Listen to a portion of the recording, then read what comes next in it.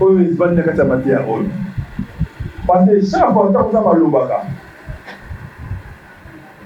mpo asaleka jamais baza mebimi ezongi ça esaleke jamais. Alléluia. Soki baza mebimi abezonga il faut qu'on s'apporte à ça. Ça veut dire que l'année 2021 au moment où nous avons ça on se fait qu'il est dans une chute de ça. Alléluia. Quand on a tous les envois quand on a pas fait mais ça va dans mon l'année 2021 nous avons ça les gens comment tacta yo. Quand on va prier je veux qu'on ça pour y poser le vélo. On va visiter yo, on va pas pour yo.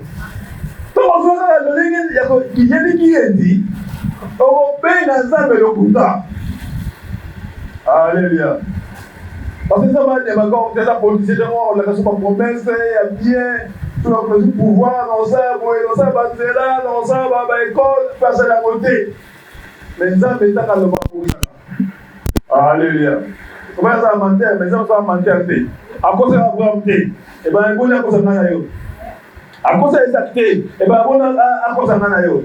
À cause d'André té. Et ben on a cause na yo. À cause de Marie té. Et ben on a cause na yo. À cause de Jacob té. Et ben on a cause na yo. Et à cause de Joseph té. Et ben on a cause na yo. Alléluia.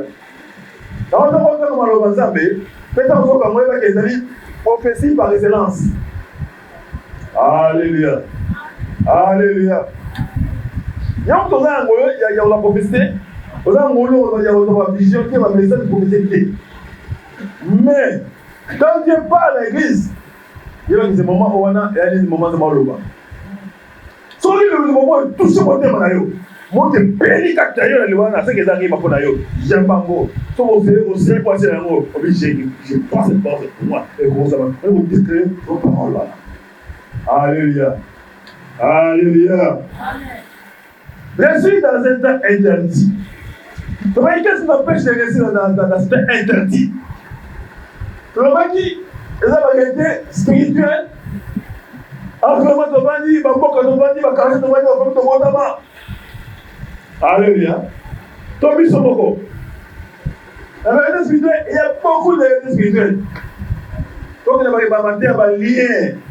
Matière ma kila, donc matière ma blocage, matière ma pauvreté, ma malédiction. Alléluia. Mais par contre, c'est toi même à même chose à demander. Mais par contre, c'est même chose réalité spirituelle dont on va songe. Alléluia. Alléluia. Mais à nous faire comprendre les leçons que nous avons 4 mondes. Monde physique, univers, monde, autrement homme de ciel. Puis, troisième monde, autrement monde à ténèbres. Puis, quatrième monde, monde à songe. Alléluia. Voilà, maintenant, quatrième monde. Quatrième monde parce que tu es regarder que les Arabes qui sont solo. Comment ça que les Arabes d'auto simple. Alléluia. Vous entendez? Bandoto, les Arabes qui ne pas. Si ma passe dans le bon, si ma ne va le bon. Bandoto, ça n'est fort. On a monté. On a monté. Attendez. C'est le moment. Et c'est un peu ça pour le moment.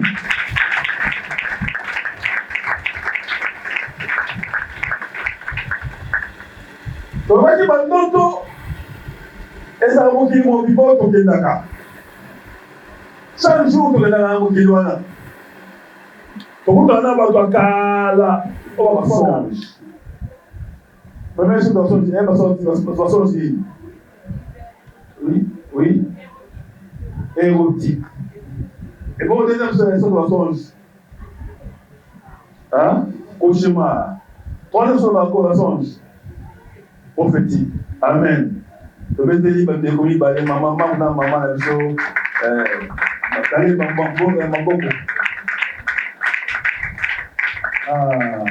bon.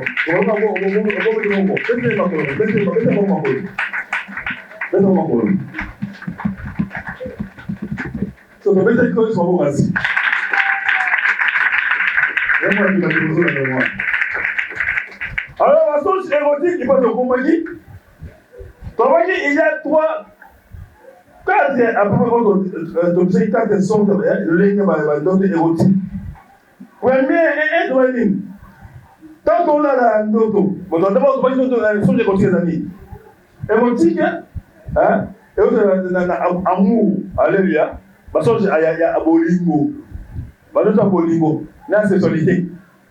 Alléluia. On a toto, on a yo, on a mbali, to ko bana ko mbali na yo, on a toto, on a source érotique. Alléluia. Et ça fait partie de abolingo. Amen. Alléluia. So la source érotique oyo, to tshona na cadre ya nini ya rêverie. Alléluia. Là dans la spiritualité. On donne la rêverie. Voyez ma rêve. Alléluia. Ils ont l'imagination à moto. Au moins pendant la journée, pendant la semaine, alléluia, et comme ça, on a le l'autre amour. Alléluia. Alors, tout le monde, première sorte de réveiller, une sorte de sorte érotique. Alléluia. Dans le point 1, que sont dans le premier 1, 2, 3, 4. La première classe d'amour, deuxième classe de troisième, quatrième. La première classe de rêve érotique, tu vas dire. On a dit d'autres. On a un kala, tout le monde kala. Alléluia. Amen. On a il y a un balai, on a on dit d'autres, on s'en a des économes, il y a famille. Il y a un peu d'amoko, kokomoko. On a dit d'autres. On a dit d'autres, hein?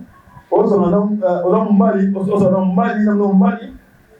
za mwasi, on s'en a un mwasi. To on a on dit d'autres. On s'en a un mouvement évité, on ne s'en mourrait jamais. Alors on a d'autres. On là, on a d'autres. On a mwasi, on violé. To za mbali, on violé mwasi. On là, on a d'autres. On va là, mais on m'a dit tout va pas là, on m'a dit. On va là, on va dans le temps. On s'est bolingo. Là, nous autres, compliqué. Alléluia. À moi si, mais le colombe, c'est mon bal. Toi, le colombe, c'est moi si. To aza nzoto mbali ya wasi mbali owana oti toto boto litoi to wasi to mbali litoi. Alléluia. Amen. Tout cela que sont la cadre de rêverie. Et on arrive quand et on arrive sur occasion makamana mingi pendant la journée on a ba film moko boye on ka ba ba solo moko boye on lo tango. Alléluia. Des mois à 80. Voilà. La rêve de moi ça a daté. Mais je vous créé. Alléluia. Oh ils dit bah mon rêve négatif. À partir oh le monde dit oh il va la journée. Parce que mon a pouvoir. Ils ont créé. Ils ont malin mon toi mabé. Nezambe. À ça il qu'on a c'est. Mais ça va bien. Abi bino ba tout ça banzambe. Vous avez créé l'homme à notre image, une ressemblance. Alléluia. Donc, vous avez une image d'Azam, mais vous avez une Azam. Déjà, avec le Koloba, les collègues Zala, les Zala, ont créé. Alléluia. Vous avez une vacances. Vous pouvez nettoyer le béton pour pouvoir créer une maison. Donc, on va nous donner. On va des fois, on va créer un mot. Des fois, on a créé un mot. À partir de là, on a coupé dans la réalité pendant la journée. Alléluia.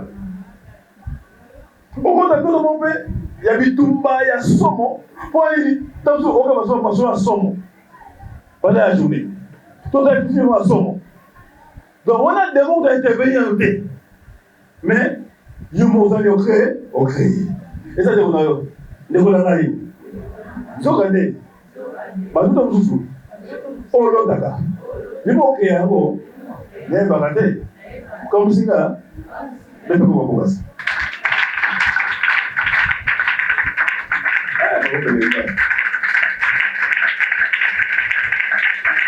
Deuxième chose de deuxième classe vendredi, comme j'ai dit, vendredi, elle est fiancée ou être fiancée.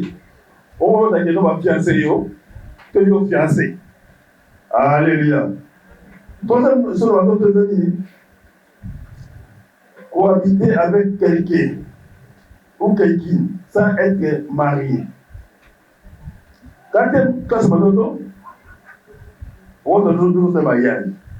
Donc même moi fiancé voilà. On va faire pour casser maman qui fiancé et mi. Donc on a fait la fiancée à de comment oui. Si tu es marié quand c'est un mot. Alléluia. Et bon on a donné ma fiancé. Alléluia. Ah la vie de moi dans nous.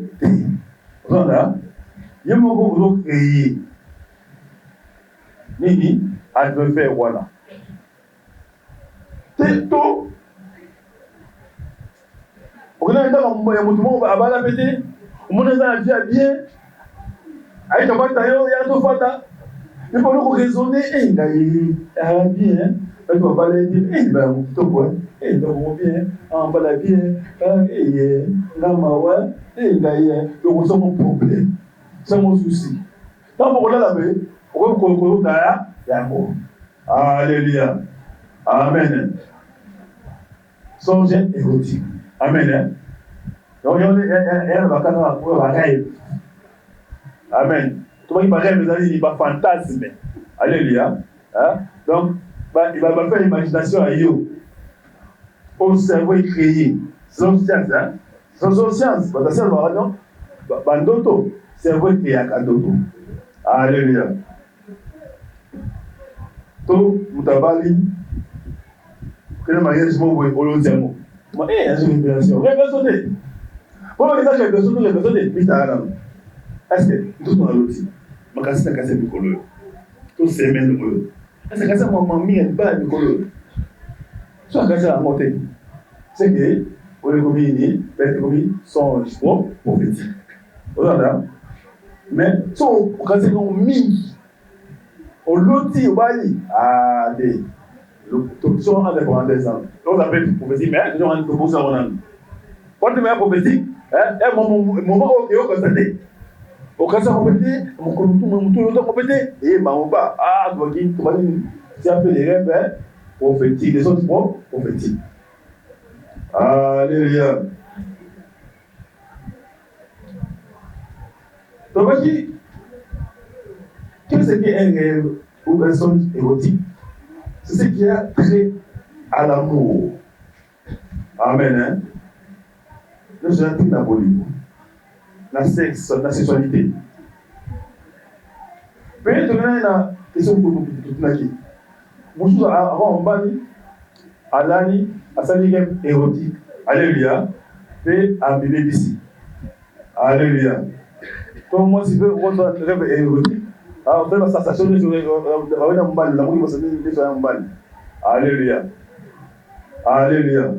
Donc, est-ce que quand on fait une pollution nocturne, on va on a la personne va faire cette chose. Et cette personne nocturne dans vous. C'est un péché. Et quoi, ça veut dire? C'est pas un péché. Alléluia. C'est un péché. Si on nous dit, moi aussi, on s'en rend compte mal. Alléluia. Nous avons tout ça à souder. On nous pose pour la Yesu. Mais on dit que tout le monde, on s'en rend mal. Est-ce que vous soyez? On va dans le vent, tout le monde. Nous avons réponse c'est mon devoir. Alléluia. Si j'ai pour vous débattre, vous comprenez la question? Alléluia. Au tika qui est gobo. Alléluia. On va ensemble. Alléluia. C'est la ensemble. C'est comme au loti noto. Alléluia. Tout ça dans la moisi. Tout ça dans mon bal. Alléluia. Nous avons aujourd'hui, soit on bali, au monde qui est au bébé. Soit moi sur la voie qui est au oui, mais c'est moi il y a solo. Alors ce qui est le moment là. Est-ce que au nettoiement, au petit gars. Pour débattre ces questions-là. Alléluia. Alléluia. Donc, on est d'abord à TP. Travail pratique. Amen. Alors, comment il y a un rêve érotique, on a l'appel. Je crois que c'est un rêve érotique. Les sortes érotiques. Amen. Hein? C'est ce qu'il y a. Je crois que c'est non. Hein? Alors, comment il y a une deuxième étape? Cauchemar. Alors, cauchemar. Cauchemar. Qu'est-ce que c'est? Les cauchemars. Un cauchemar. Ah, la façon de définir comment? Cauchemar, c'est un rêve désagréable et éprouvant. Cauchemar, c'est un rêve désagréable et éprouvant.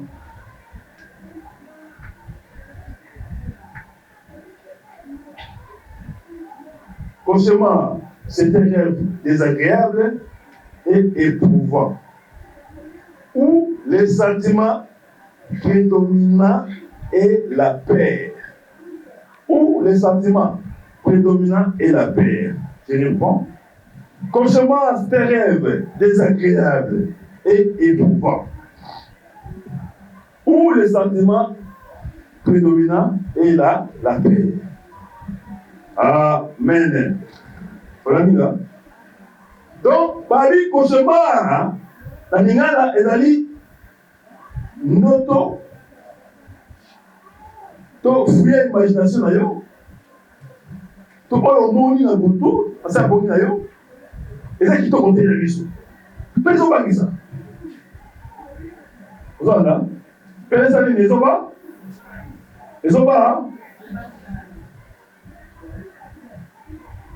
ntango nabuki bongo ozali pema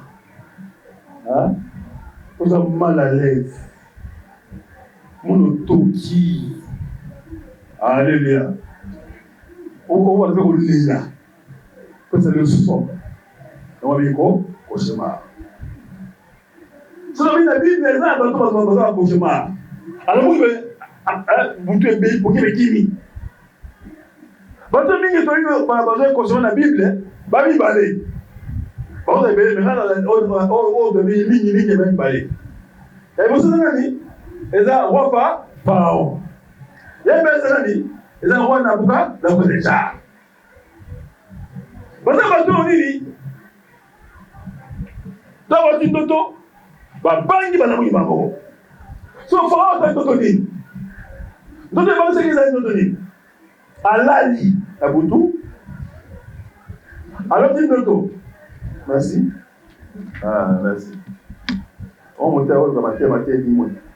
On va t'attendre. Et quand c'est que vous dites pas d'ailleurs, ça va tirer la moto. Pharaon a dit à l'autre amoni bango même nene mafuta bontamola bazolia asepele ngo kitoko ngo mafuta ngo bien c'est stengo apata we bongo mabela konda bikuwa bazoya tango bako koza bongo mafuta ye bonka moi bongo konda ba beto bongo mafuta ba boy bongo bazolia ya bongo. Alléluia. Après moi, ma samba kitoko. Eh bien, à moi, ma samba kaoka, il y a ma samba kitoko. Bon, bien, bon. Alors, vous qui, nous faisons des séries. Nous faisons des banques qui sont la cana. Alléluia. Amen. Hein? Voilà pour Koshima. Alléluia. Et il va dire on a des boutiques, on a d'autres, va se faire d'ailleurs.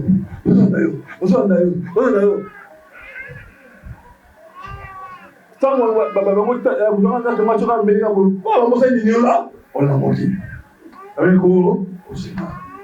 jusque là, tout c'est ça, et ça va nous donner et ça va révéler. Alléluia.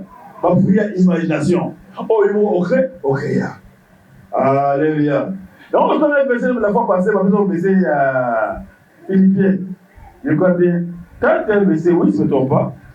Tonton Moussou, avant de continuer là, troisième étape.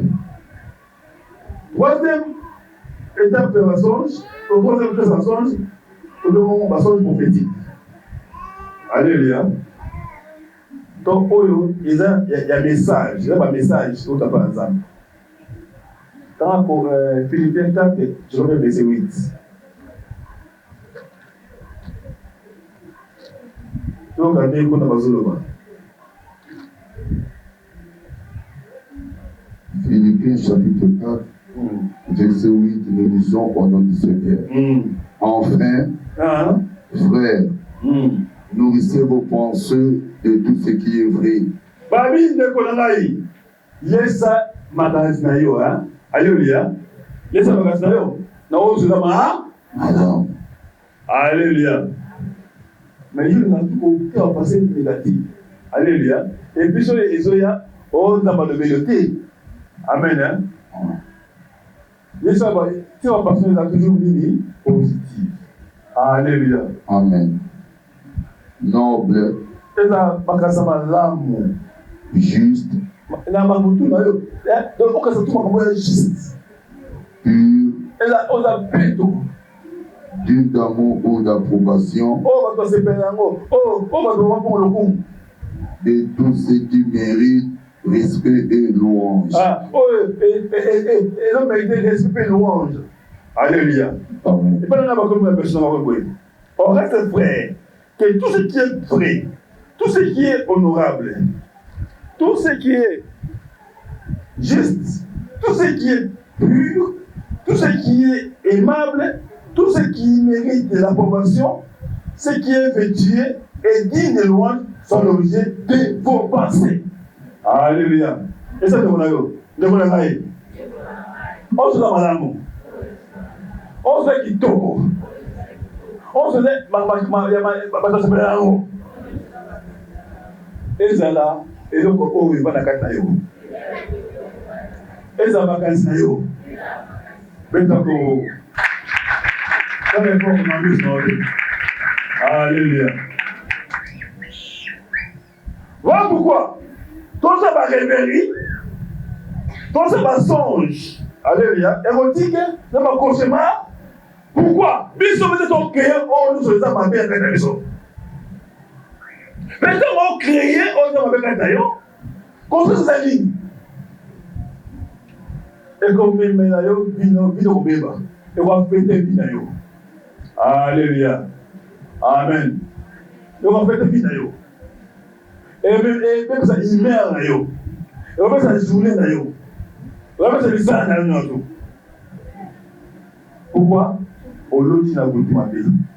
Tant on a mon gars, tant moi, moi, j'ai un sengo, et ça fait. Et moi, je me dis, moi, je suis là, moi, kata, va te payer. Si on a 10 personnes dans l'église, à 7 personnes, dans ton son temps, mon gars.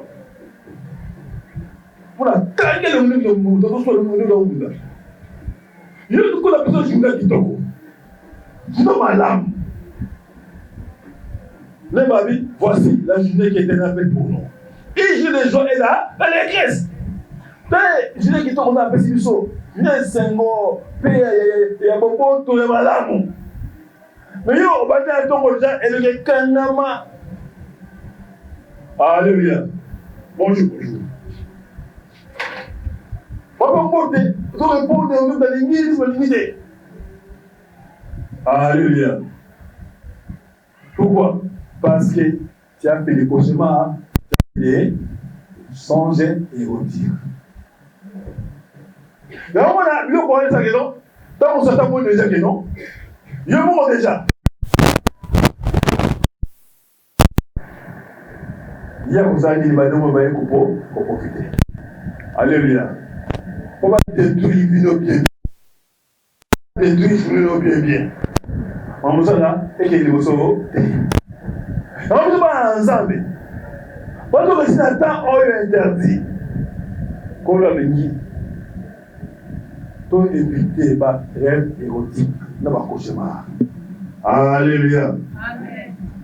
Troisième songe, Troisième sorte de mensonge, c'est vraiment mensonge prophétique. Mensonge prophétique. Oh, le mensonge prophétique. Donc, on a comme prophétie à 4. Amen. Mais soit on va mensonge de révélation. Amen. Donc, mensonge, alléluia. Pour nous dire, le monde va songe. Alléluia. Mais érotique. Dans le cauchemar, il y a un modèle tout dans lequel ça va rêve. Alléluia. Eh bien, ça rêve. Alléluia. Son songe prophétique. On arrive à faire ça, on a mal à l'écho. Quand tu es bien dans le monde, fais comme ça. Joseph, nous avons pensé qu'il était esclave dans le monde. Alléluia. Alléluia. Même Marie, na Joseph, alléluia, tant que Hérode, avant qu'on ait Jésus, son propre Jésus, il est venu. Nous avons dit un ange. À Colombia, Joseph Wapi, Tabato, et d'autres. Amen. Donc, nous avons dit d'autres, nous allons lier. Oh, âge, ma coupe dans la mission. Nous avons dit contre la mission. Donc, verset de la n'a pas passé. Matthieu 17 ans, mon ami. Et puis, il va donc faire Kala, Babimaki, Baïko Koutana, Jésus, puis Jean, Jacques, Nandé, Mamou, Mamou. Alléluia. Quand on a un songe prophétique, on va dire donc, nous avons besoin, alléluia, à continuer à réaliser dans le monde dans le monde spirituel. Même la vision, alléluia. Quand on a un songe prophétique, on a pour le but sur le monde. On a un camp. Alléluia. Tout ça est dans la classe à l'ennemi, la songe prophétique. Alléluia.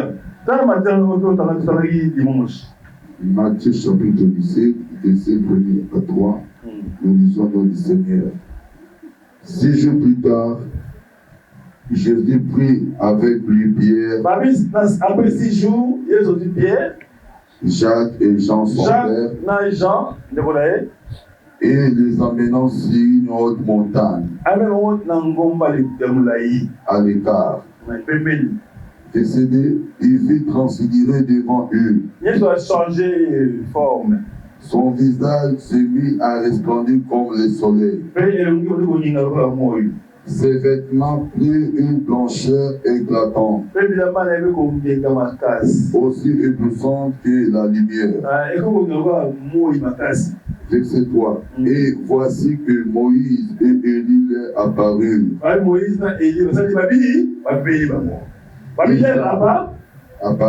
Alléluia. Ils s'entretenaient avec Jésus.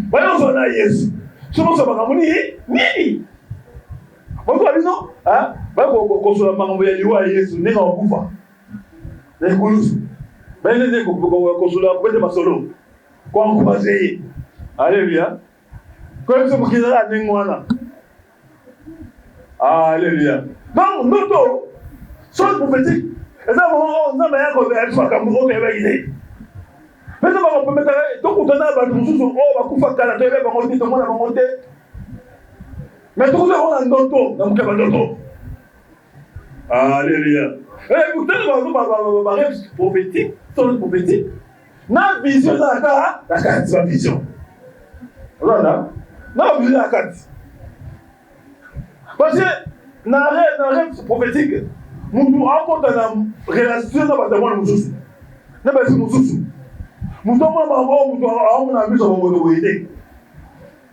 Alléluia. Amen. Même dans le dossier, nous sommes dans ma vision. À mon lit, félo. On a mon lit, nous doit faire les félo.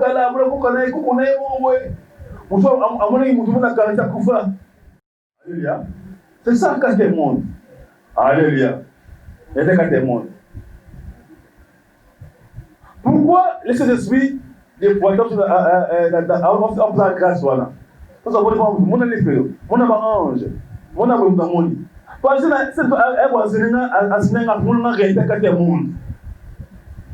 que monde doit les amants mobiba. Alléluia. Et un monde mobiba. Oh, ok, d'accord. Faites au kaka. But the man dossier va que le monde wana a conscient. Oh, monsieur Karamier. On s'en va prendre mon avis. Monsieur Karamier. Oh, mon avis. Eh, paye. Oh, mon avis. Paye. Non, mon avis. Non, on va monsieur. Dans le monde physique, dans le monde des songes. Alléluia. On va là. Le monde, pour nous, dans le monde physique, il faut nous dans le monde des songes.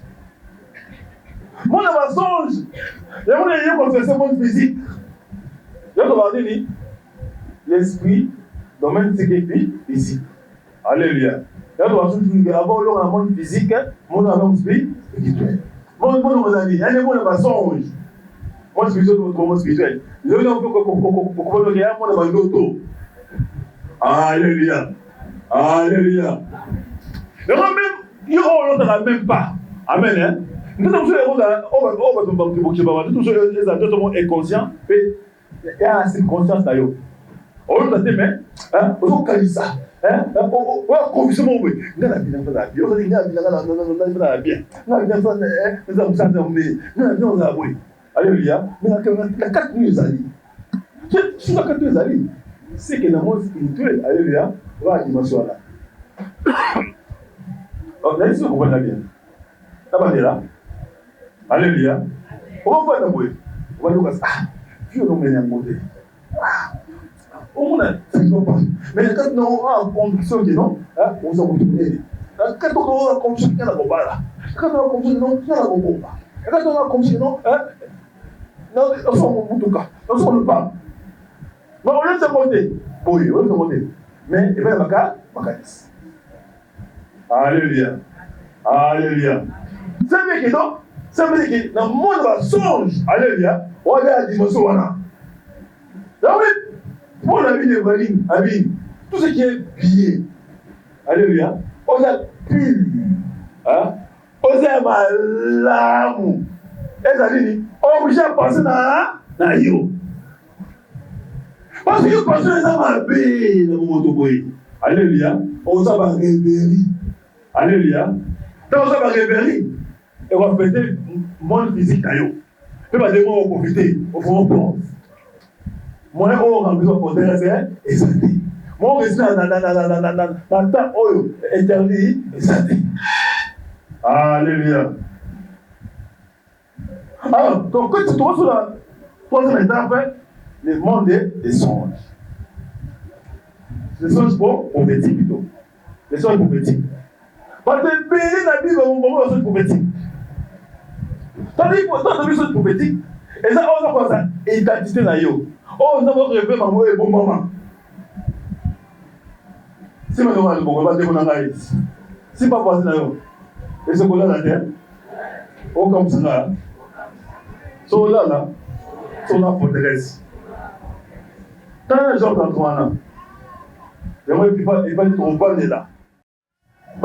On a passé étape pour la plus grande étape de la personne là, dans la rémérotique. Alléluia. Alléluia. La façon érotique. Le mot peut être appelé, alléluia, des fois, la façon prophétique. On voit d'ailleurs. On dit que ma bête, elle a commenté. Mais on l'a dit d'auto. On va nous montrer la cala. Aïe, bon, nous sommes le monaï. Amen. Mais ma question, on sait ma bête. C'est qui ont un message. C'est ça qu'on a dit, non? Et ça, l'esprit, ce qu'on est. Alléluia, Ezoya. Comme vous le savez. 8 ans. 30 ans. Job chapitre 33, verset 14. Verset 14, je lis au nom du Seigneur. Amen. Et pourtant, Dieu nous parle tantôt d'une manière et puis tantôt d'une autre. Mais l'on n'y prend pas garde. Mais, tout cela a pris. Verset 15. Il parle par des songes et des visions nocturnes. Quand un profond sommeil accable les humains, endormis sur leurs couches. Amen.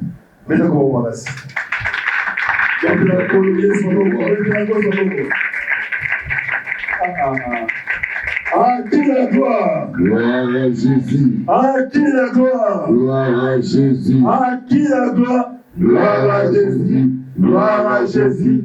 Gloire à Jésus. Alléluia. Moi, ça kala. Oh, ça va en soto. Maman Bali.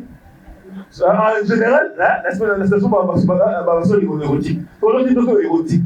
Alléluia. Pour ça, ils sont érotiques. Mais, ok bien, mais, on a dit, pendant la journée, on a dit, pendant la journée, on a dit, pendant la journée, par exemple, en sorte de notre érotique, c'est que, on a la présence, il y a un mari et femme et deux. Donc, on va se dire qu'on a cette chose à pour révéler qu'il y a une présence, alléluia. Et la présence, c'est l'esprit moko, la umbali, la buto. Comment c'est à vous? La buto. Donc, on va vous dire ça. Donc, tu notes, va fiancer yo. Ton fiancé moisi. Il y a que Marie de nuit à Zawana. Ton bien de Bali. Marie de nuit à Zawana. Alléluia. Donc on a un commis démoniaque. Alléluia. Alors on faut compter les mains. On va nous commencer à forteresse. Tant que tout le monde a l'esprit, tant que ça va sortir dans les mois. Et puis on va passer la pile. On a dit oui. Ah, pauvre poli. Alléluia. Mais peut-être que non. Et nous, on va bien guider. La Bible pose une autorité. Pose une autorité dans mon sous. Alléluia. Et dans mon sous. Ok. On est normal. Voilà, moi, c'est d'ailleurs. On va la péter. On va célibataire, frère. Alléluia. Et là, normal, il y a un mot à Boutou. Ceux qui jouent tout le monde là-bas, au point de vue scientifique, on s'est posé nos things. Mais ça n'a rien pensé. On est là pour tous. Mais si on lit, il va nous répéter. Comme la répétition. Alléluia. Au cas où ça m'a pété. Mais quand vous répétez, il y a qui là? Danger. Il y a même une autre personne qui va être dans la loi. Habitez-moi, j'ai dans 3 personnes, les agas, vrai. Et il va dire, tout le monde est là qu'on a. Et il va répéter 2 fois, 3 fois. Alléluia. Il y a présence moko démoniaque. Comme il langage est prophétique. Nous avons interpellé qu'il y a une présence, il y a esprit impie. Il faut aussi crescer dans l'ordre. Ce qui était au moment comme ça. Tout le monde au sein du cauchemar, une fois, pas, vous comprenez. Parce que oui, que je vais répéter 2 fois, 3 fois, c'est que le monde spirituel va montrer quand même déjà. Alléluia. Alléluia. On dit notre nélo, on a besoin d'ailleurs. Ah, on est bon, évidemment. Et la présence de ma sorcier, on a envié, on va aller chercher le monde de la sorcellerie. On va aller chercher le monde spirituel. Déjà, il va envoyer le monde spirituel. Peut-être que ça va gagner le monde spirituel. Parce qu'on va vendre le liquide. Parce que c'est comme on a listé. Bon, on va exécuter. Alléluia. Ou bien, si on va au Lucayo, le monde spirituel va besoin d'ailleurs. Va quand ici d'ailleurs. Alléluia. Là, on avait étudié. Je ne peux pas 2 fois. Et moi, je vais dans mon qui m'a poussé au la mouki. Ah, pas la mouki. Non, comment on dit? Alléluia. Ils ont allé, ils ont combat. Qui sait que dans le monde spirituel, alléluia, n'a qui recherché. Alléluia. Pas cauchemar. Cauchemar est peut-être 2 fois, 3 fois. Ça est peut-être 2 fois, 3 fois. Il y a pas de danger commis déjà. Pas de danger commis. Danger commis. Quand tu vas cauchemar répété. Donc, si on veut parler érotique, même érotique fait. Et vous répétez 2 fois, 3 fois. Ah, c'est que on a la forme spirituelle, il y a mari et femme de lui. Alléluia. Tout va cauchemar. On va dans ngomba. On va dans ngomba. On va dans ngomba. Pema. Ah, pema. Vous êtes comment on va gagner? Mais on va dans l'étage. On va rater. Alléluia. C'est pour la forme spirituelle. Et bien, on a quoi ya? On a quoi? Pour ce qui. C'est la forme spirituelle. Même si on est répété ou toi, on va répéter. Alléluia. Alléluia. Oh, moi, je m'en vais, c'est la forme spirituelle. C'est un mois, c'est national. Ça, c'est moi, c'est la chose. Bon, aïe, qui maniste. Donc, tu es à Maïsou. Aïe, la seule copine. Quand on a le bas sur la banalière. Tu es belle femme, très charmante. Et voilà, là, yo. Amen, hein. Très bel détail. Elle est maquillage, je crois. Bois noir. Non, tu es chacun là, tu es. Il y a pas de souci. Il y a l'église, ah oui, oui. Un moment, on a zoé, un mois, on a limoué. Nous sommes là, il y a, c'est bon, hein. Alors, ça, il y a pas limoué. Je me souviens, on a des crises dans l'hôpital. L'hôpital, là. Le collection est dans le abondé pour aller à autant de 5 mois que les temps pour pas maman tout venir à l'hôpital. Quand la bouton là. Mais qui va passer le temps? Non? Voilà, on va voir l'église, mais ça tombe plutôt. Ça passe le temps ici. Voilà, nous sommes responsables de ce qu'on a donné dans les yeux. Sur le lit ici, qui sont là. Ok, on dit tout le temps. On a tout le monde, on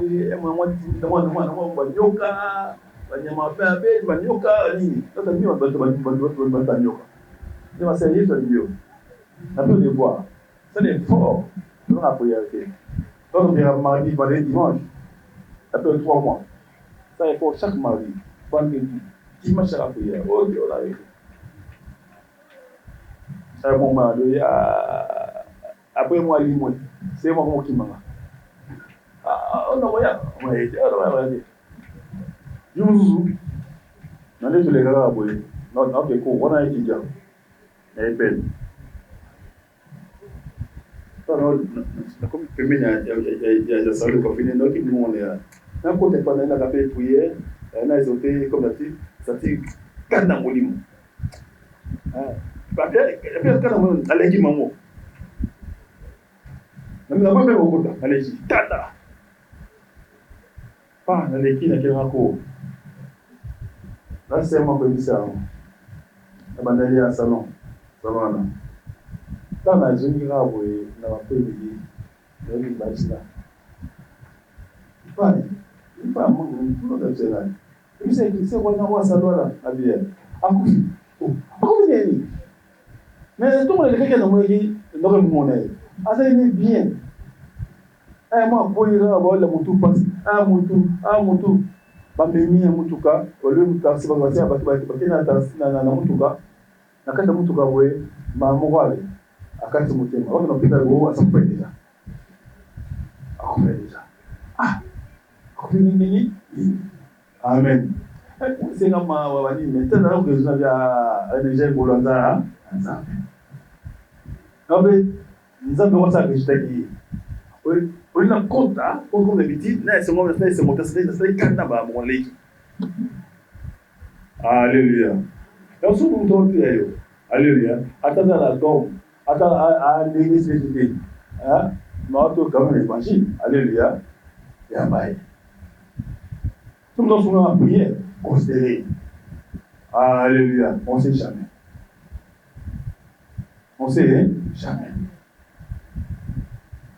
Par rapport à ça, déjà visé à mon ténèbre. Avant qu'on se compte avec un cauchemar. Nous avons Nyoka, Dando, Nini. Donc, quand on est au moment où ça y est, à suivre. Amen. Donc, on néglige pas cauchemar. Allez, on néglige pas d'autoté. Parce que les filles ne peuvent pas d'auto. C'est pas les filles qui vont à d'auto. Alléluia. Mais il faut tomber dans d'autres naïos. Vous savez, vous savez, on va conclure. On est là. Et nous retourner à Kocheba. Les gens ont même chose. Mais on pousse là, vous voyez. Il y a au moins un zap. Alléluia. Qu'on nous dise qu'à oser au moins spiritualité. Qu'on nous dise qu'à oser au Kocheba. Qu'on nous dise qu'à oser aller. Banana, je peux y aller valider. Mandoto. Quand on a dit comme il balait les sacs, dans les autres, on va tout érotique, les autres répétés minutes. Alléluia. Tout dans le détail. Amen. Hein? Merci bien. Amen. Deux dans le détail. D'autres érotiques pour assurer ma marine à ma femme spirituelle, ma marine à ma femme spirituelle. Alléluia. Puis il y a un cauchemar. Alléluia. Parce que y a des gens qui ensemble.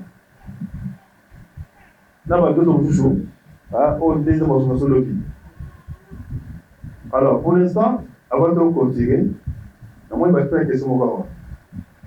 Est-ce qu'un pasteur peut être un politicien? Ou il peut faire la politique au matin et dimanche?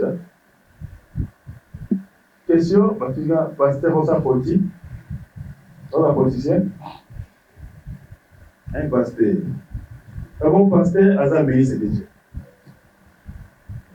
Pour un pasteur, d'abord, il a une vocation au combat. Vous avez un pasteur, d'abord pour sa politique, pour sa politique. Au point de vue général. Mon point de vue particulier, alléluia, politique, ils allaient art de gérer. Politique, ils sont art de gérer. Là, nous avons qu'on a besoin. Là, nous avons l'église, la politique. Amen. Là, nous avons l'église, il y a la politique. Elle m'a dit, donc ça, on a fait à ma fille pour éviter. On va dire que c'est la politique. Alléluia. Donc, en soi, il faut les péché. Mais passer à sentir à monter mon aïe. Conseiller à sa politique, à péché bébé. Amen. Mais, à sa politique, selon les vérités. À sa politique, il y a mensonge. Soit qu'on est à côté d'un groupe pour Kosaka. Avec les gens partent à côté de côté. Et partout à Kosaka, partout dans le Kouta. Alors, tant qu'on voit, on a déjà aux assuyés. Avec les gens, on a le Kouta. Oh, ils ont un calme, ils ont boyé. Donc, on a ma bête. Maintenant, c'est un peu sa politique. Sa politique, c'est obligé d'ailleurs. Ils m'ont dit, on a l'idée. Avec les pasteurs, donc ça, la politique, c'est obligé d'aller sur la Bible. Alléluia. Amen. Là, ce n'est pas des péchés. Ça va? C'est là qu'on réussit à appel à mon âme. Parce qu'à chaque moment, à chaque période, nous avons appel à un message. Après, une mission au sein. Mais tout le monde a une mission. Tout le monde a une mission. Quel est le peuple qui sera là? Quel est le Ngomba? Alléluia. Quel est le peuple? C'est une conviction. Amen. Mais, pour dire, il y a un mensonge. Mais il y a un mensonge. David a dit prophète, a dit roi. Alléluia. Salomon a dit prophète, a dit roi. Alléluia. Amen. Même Jésus, il fait diriger les 12 apôtres. Alléluia. Il fait la politique gérer déjà. Alléluia. Donc, quand on rejoint, c'est le roi des rois. Amen.